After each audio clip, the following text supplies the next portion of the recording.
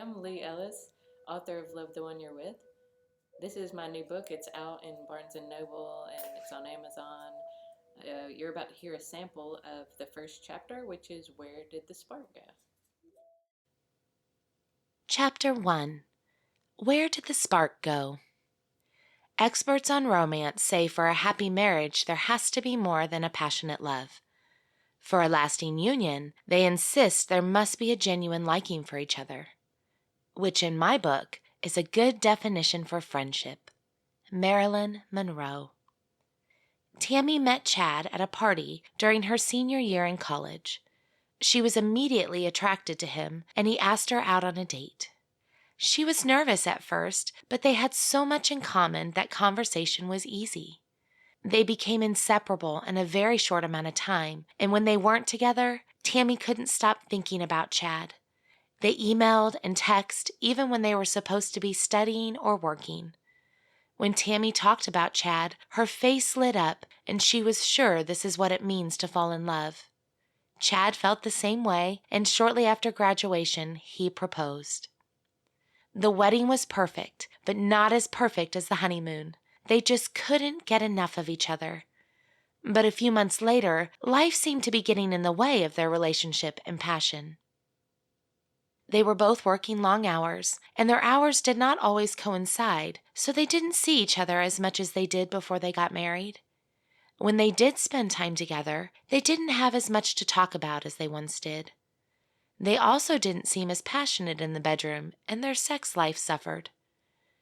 Tammy started to worry. Had she married the wrong person? Had Chad already lost interest in her? What did she do wrong? Why didn't they seem to feel the same way about each other? As time went on, Tammy noticed that Chad had some annoying habits. When she got home, she would become annoyed almost instantly if she noticed that he left his dirty dishes in the sink or hadn't made the bed when he was the last one to get up. They started bickering about the cleanliness of the house and keeping score of whose turn it was to do the laundry.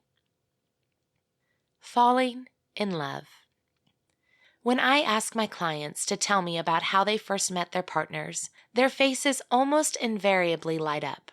As they recall how they were feeling in the beginning, I can see the excitement and passion in their eyes. The mere question puts them in a sort of dreamy state. Falling in love is magical. Think back to when you first fell in love with your husband or wife. Can you get into that dreamy sort of state too? In the beginning, connection is easy, and the energy flowing between you is intense, joyful, and amazing. You feel like you just want to eat the other person up. You think about them nonstop, and you can't imagine that there will ever be a time when you feel differently about them. You are literally obsessed, and you never want the feeling to end. In the beginning, the kindness between you makes you feel like you have finally met the person you were meant to be with for the rest of your life. You want to cook them dinner, give them a full-body massage, and bring them coffee in the morning. You feel like you have finally met your soulmate. What happened to us? After a while, the feeling that your partner can do no wrong seems to fade. You start to notice things about them you didn't notice before. You are not as kind to each other, and doing nice things for them starts to feel more like a chore. The effortless romantic passion you have for your partner fades over time as well. You no longer feel like you could spend the rest of your days gazing into their eyes. You no longer think about them all day when you are at work. The amount of time you spend texting back and forth diminishes more and more. It can start to feel like something has gone badly wrong. Did I make a mistake by marrying this person? The in-love chemicals. A story like this is very common. You fall in love and it's easy. You think you will always feel that way, and you get married because you never want to lose that feeling.